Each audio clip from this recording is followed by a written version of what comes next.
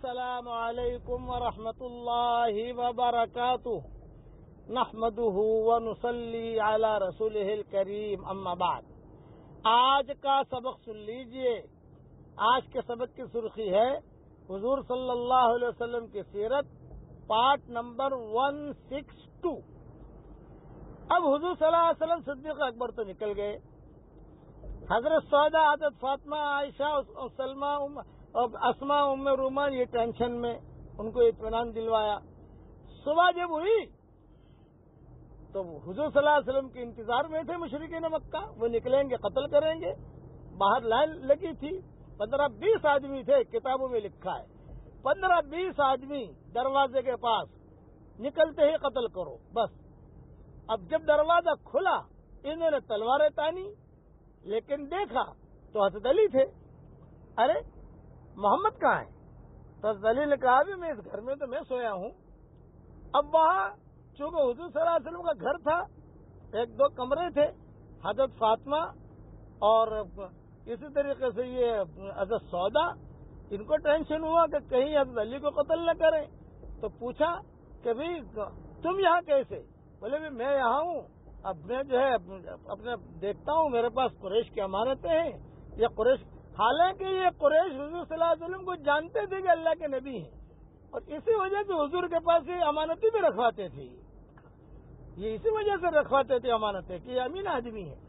تو حضرت علی رضی اللہ تعالیٰ عنہ نے ایک جملہ کہا کہ بھی میں تو جو ہے اس گھر میں تو میں ہوں، کہ حضور کہاں ہے؟ حضرت علی نے گول مول جواب دیا مجھے پتا نہیں، میں تو اس گھر میں ہوں۔ اب مشرکین مکہ نے ایک دم حرکت شروع کی اور اعلان کیا کہ بے ایکم یقتل محمد، کہ جاؤ جلدی سے ڈھونڈو، اپنے گھوڑے دوڑاؤ۔ پورے مکہ میں اعلان کیا، حرم میں جا کر گھوڑے دوڑاؤ، محمد نکل گئے ہیں، ابوبکر بھی نکل گئے ہیں، گھوڑے دوڑاؤ اور ان کو قتل کرو۔ جو بھی قتل کرے گا حضور صلی اللہ علیہ وسلم کو، اس کو 100 اونٹنیاں ملیں گی۔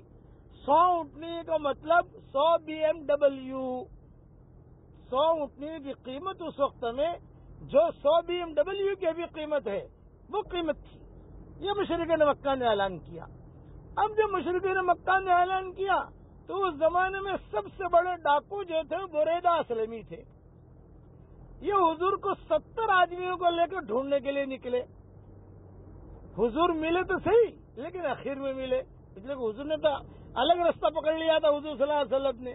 وہ دوسرے ڈاکو تھے سراقہ ابن مالک، یہ بھی ڈھونڈنے کے لیے نکلے حضور کو۔ 100 اونٹنیوں کی گرمی تھی ان لوگوں کو، سب کو کہ 100 اونٹنیوں کی گرمی تھی کہ 100 اونٹنیاں ملے گی۔ مکہ والوں نے اعلان کر دیا کہ صرف محمد کو قتل کرو، اس کا سر لاؤ، 100 اونٹنیاں لے لو۔ بعض کتابوں میں لکھا ہے کہ انہوں نے آج کل جہاں حتیب ہے وہاں پر 100 اونٹنیاں کھڑی کر دی، اور کھڑی کرنے کے بعد یہ اعلان کیا کہ یہ 100 اونٹنیاں ہیں، ان میں کچھ اونٹنیاں حمل والی بھی ہیں۔ حمل والی اونٹنی کی قیمت زیادہ ہوتی ہے، کیوں کہ اونٹنی بھی ملے گی، اس کا بچہ بھی ملے گا۔ یہ کہ دیکھو یہ اونٹنیاں ہیں، اتنے میں یہ کچھ حمل والی ہیں، کچھ بغیر حمل کی ہیں، تو ذرا اور گرمی چڑھی مشرکین مکہ کو۔ چنانچہ پورے مشرکین مکہ جو ہے وہ حرکت میں آ گئے کہ کسی طریقے سے بھی ان کو قتل کرو۔ اب مکہ مکرمہ سے جب روانہ ہوئے تو حضور صلی اللہ علیہ وسلم نے صدیق اکبر سے کہا پہلے تو ہمیں کسی جگہ چھپ جانا ہے، اور حضرت اسماء کو کہا، صدیق اکبر نے ذمہ داری دے دی حضرت اسماء کو، یہ کہا کہ ہم فلاں غار میں رہیں گے، کچھ تم وہاں ہمارے لیے دودھ لے کے آ جانا، تم ہمارے لیے کچھ کھانا لے کے آ جانا، تو ہمارے لیے کچھ جو بھی کھجور وغیرہ لے کے آنا۔ یا اب حضرت اسماء لے کے جاتی تھی تو ان مشرکین مکہ کو شک پڑتا تھا کہ یار یہ لڑکی کہاں جاتی ہے۔ تو پھر صدیق اکبر نے کہا کہ کام کرو، کل دودھ وغیرہ لے کے مت آنا، کل بکریاں چرانے کے بہانے آ جانا، بکریاں چرانے کے بہانے آنا ہمارے پاس تو ہم دودھ خود دو لیں گے۔ یہ صدیق اکبر نے کہا ان کو، حضرت اسماء کو۔ چنانچہ حضرت اسماء جو ہے بہت اطمینان سے جاتی اور چپکے سے جو ہے دودھ بھی دے دیتی، کھانا بھی دے دیتی۔ جب جاتی تو حضرت سودا وغیرہ پوچھتی، جب واپس آتی تو پوچھتی کہ بھئی کیا حال ہے، کہاں ہے گھر، کیا کوئی تکلیف تو نہیں ہے، وغیرہ وغیرہ۔ یہ معاملہ چلتا رہا۔